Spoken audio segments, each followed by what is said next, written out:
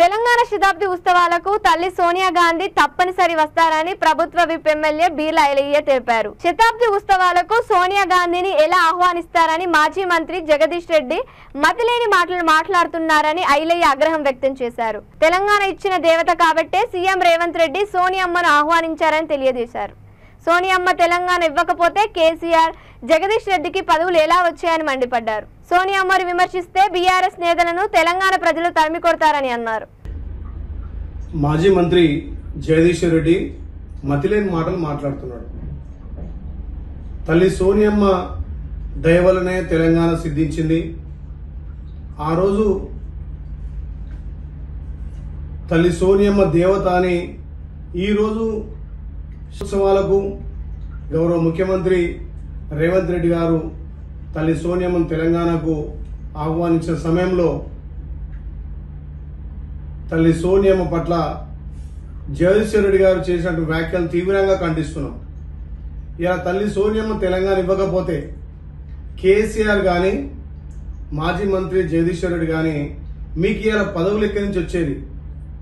ఆ రోజు సోనియమ్మను తెలంగాణ తల్లి అని చెప్పి వర్ణించి ఈరోజు శతాబ్ది ఉత్సవాలకు పిలవద్దని చెప్పి మతిభ్రమించి మాట్లాడుతున్నటువంటి జగదీష్ రెడ్డికి తెలంగాణ ప్రజలు బుద్ధి చెప్పినా మీకు ఇంకా సిగ్గు శరం లేకుండా ఆ వ్యాఖ్యలు చేయడం సరికాదు.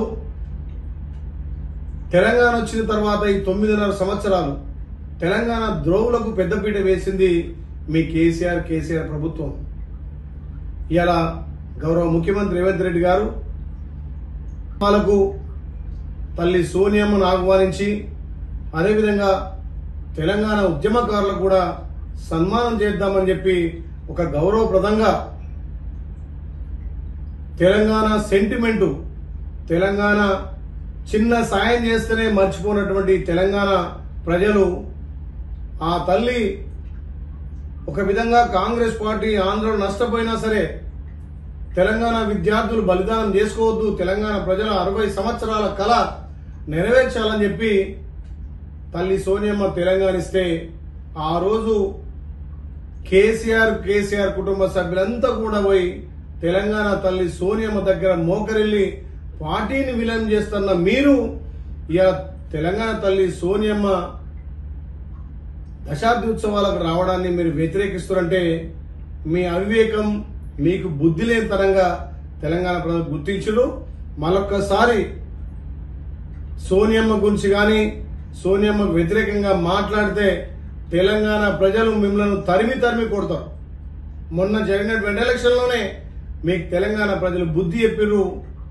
ఆ తల్లి సోనియమ్మ ఖచ్చితంగా తెలంగాణ ఆవిర్భావం రోజున ఇక్కడ హైదరాబాద్ నడిబొడ్డులో తెలంగాణ కోసం పోరాడినటువంటి వాళ్ళను, తెలంగాణ ఉద్యమకారులను, తెలంగాణ కోసం పాటుపడిన వాళ్ళందరినీ కూడా సన్మానం చేసుకొని ఆ తల్లి రుణం తీర్చుకునే రోజు వచ్చింది. కాబట్టి ఈ దశాబ్ది ఉత్సవాలకు ఆ తల్లి సోనియమ్మ ఖచ్చితంగా వస్తుంది. ఆ తల్లిని ఆహ్వానిస్తుంది.